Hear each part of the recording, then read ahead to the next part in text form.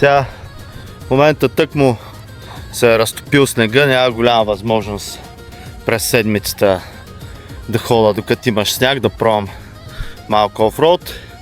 И в момента на това мокрото калното е най-големия тест, деца вика.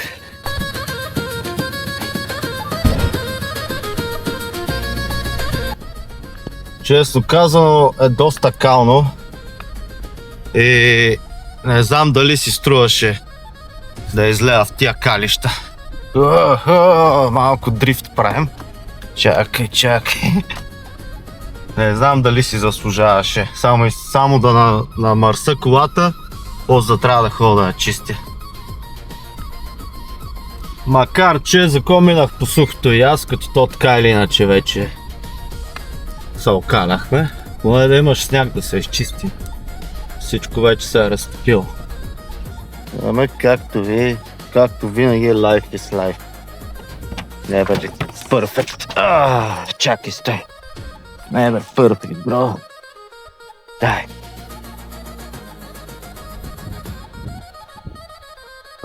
Спокойствийте малко.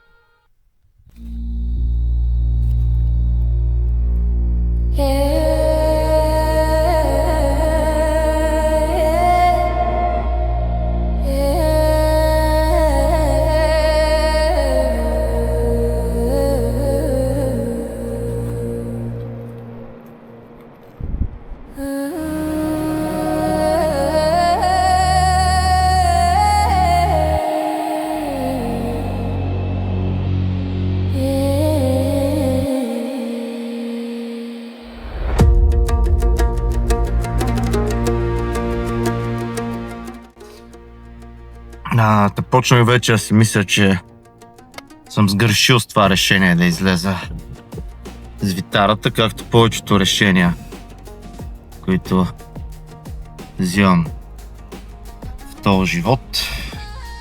Естествено се базикам и тръгваме.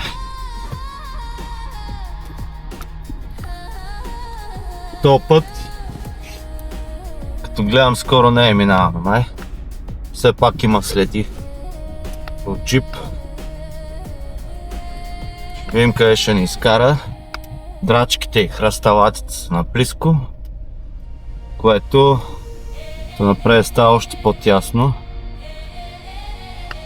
което може да причини щети по боята на колата. Общо взето и не знам дали има смисъл да минавам по този път точно. Защото може да видите как минава между храсталаците и нямам представа къде излиза дори. Между другото, витарата може да е дълга база, но вози не по-малко меко.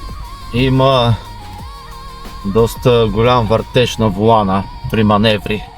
Когато трябва в малки пространства да се ходи, да се обръща, волана върти повече даже отколкото на другия ми джип по-късия. И със сигурност, което този път вози доста по-мекичко. Като си има бързи и бавни предавки за 4x4, което ще рече за запознатите. Не че аз съм толкова запознат, но има си на нормална скорост.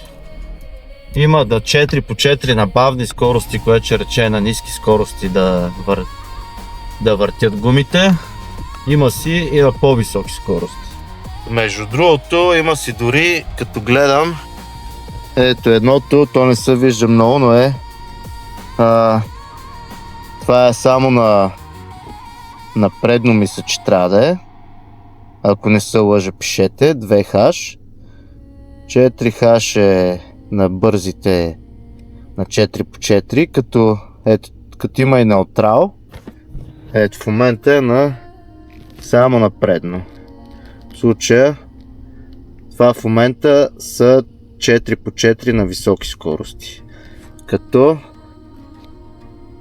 излиза на таблото. Като къде е неутрала тогава? Ами да, то си има и неутрал. Защото има една позиция, 4 на ниски, неутрална. Ето това е 4x4 на високи. И само не съм сигурен предно или задно е това. Между другото, напоследък ми се случва доста често ChatGPT да се измисля някакви неща. Като този месец дори съм с ChatGPT Plus да го пробвам. Но втори път го фащам, че ми приказва пълни глупости, така че нямайте пълна вяра на ChatGPT. Дори и на платена версия, защото първия път го питах за места с високо енергийни места в България, като то ми изреди различни места. След това го питах високо енергийни места в югозападна България.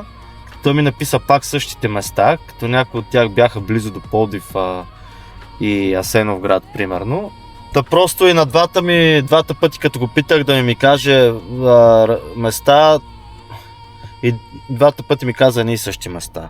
В момента го питах, снимах скоростното лоста за 4x4 с различните режими на витарата и той показах му снимка и той ми казва, че това е лост за чистачки. Като различните режими, значи колко бързо са мърдат чистачките. Доста интересно. Така, сега попитах AI режима на Google, пратих му снимка, като той ми дава по-точна и ясна информация за пореден път от ChatGPT. Така че, пак казвам, не се доверяйте много, като питате ChatGPT за съвети.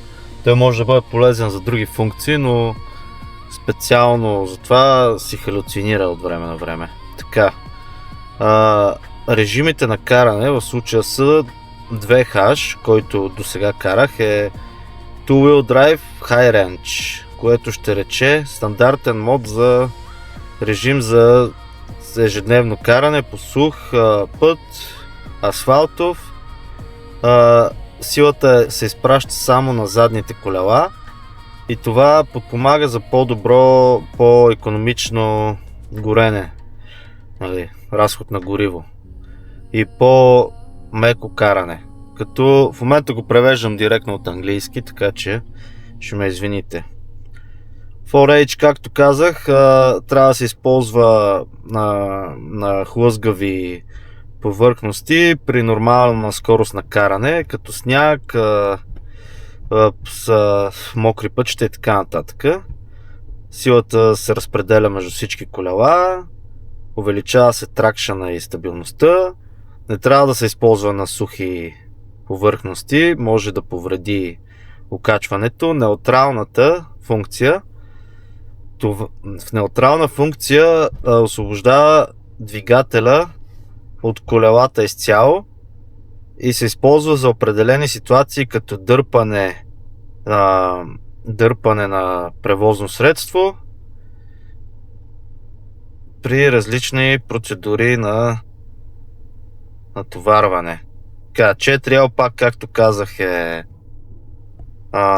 на ниски скорости да се използва контрол,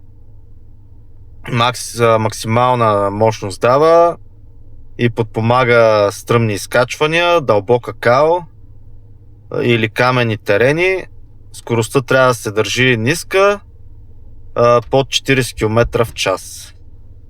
Добре, значи вярно е всичко. Ето заедно, прием, който не знае, разбрахме. Всъщност, единствено неутралния режим не ми беше ясно как работи, но той почти не се използва така или иначе.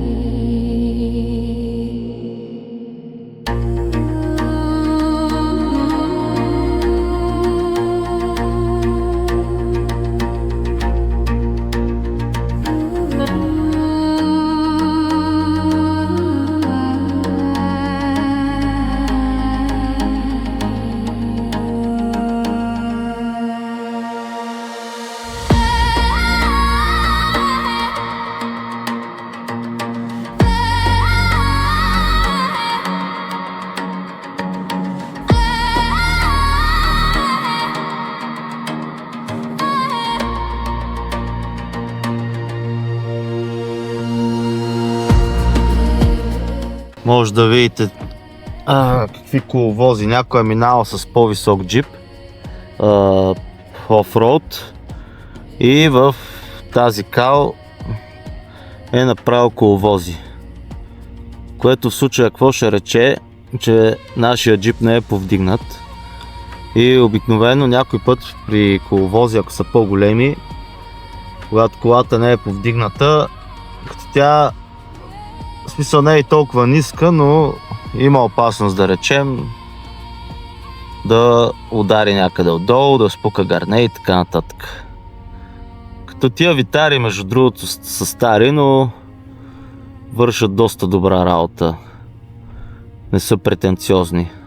За такъв тип ходене по нивите, обиране на продукция, било каквото и да е, имат голям багажник, дългата база и не са зле. Като наистина е доста кално в момента и аз спешна работа нямам да ходя натам. Съжалявам само, че още не я изпробвах витарата на сняг, защото не се знае кога пак ще види сняг. Ако види изобщо. Тия видеа са доста спонтанни, без общо взето никаква ясна цел какво ще се случва в тях, без сценарий. Така че ако ви харесват такъв тип влогчета, знаете процедурата. Добре, онче, бонче, счупено пиронче. Ето тук в момента може да видите, давам назад и понеже не съм вкарал 4x4 и е мокро и затъна. Ето като вкарам 4x4, колко по-рязко тръгва колата. Иска ми се да карам на отворен прозорец, но има опасност доста кал да ми изхвърчи в лицето, така че затваряме. Само че да видя тия коловози не ми са опира отдолу. Колата сама си влезе в тях, може да видите. Въпрос е, в случая, ето,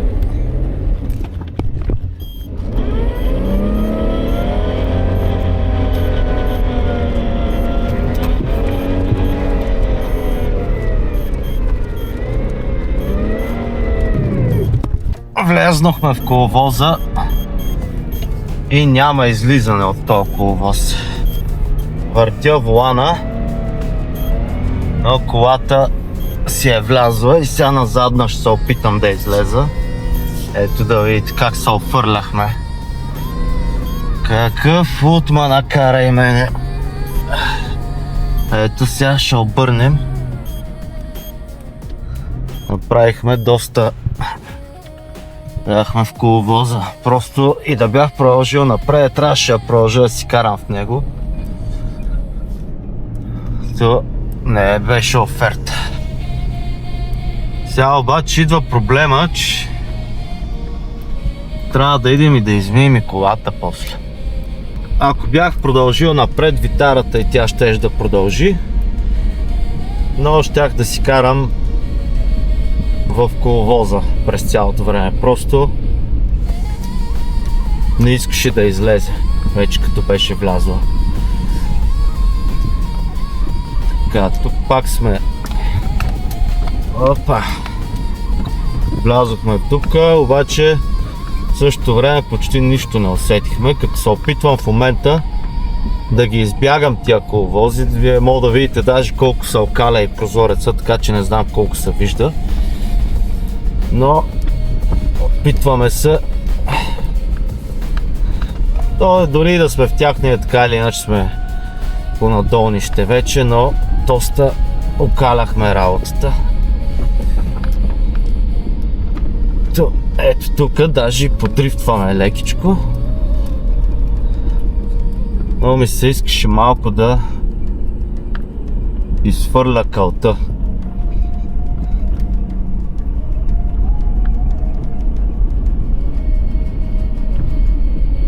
Тук пак има доста голям коловоз.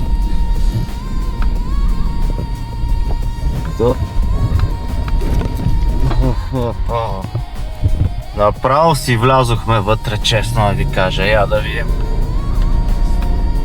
Така. Добре. Ето мога да видите щетите колко съм се олоскал. Као навсякъде. Гледайте какво става. И сега почва чистенето. За 1 левче вода да я измием отдолу и отстрани.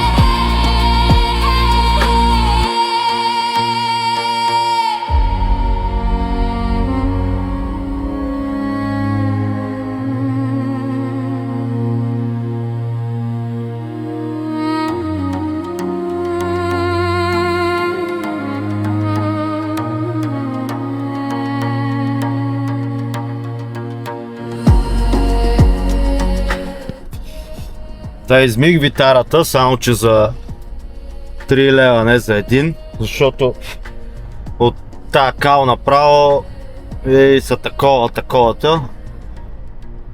Обаче е много бъркано в момента. По машините още са с левове. Аз обаче нямам левове, защото трябва да ги обмениш, какво да ги правиш, така нататък, стотинки да не мъкнеш. И съм останал само с центове в крайна сметка. После трябва да ги обръщаме, да има монети в левове. Става дълга и широка, в момента е пълна лудница, но както и да е. А в момента се връщам, отивам пак, само че да измия другата кола. То продължаваме втори дубъл миене на кола за 1 левче.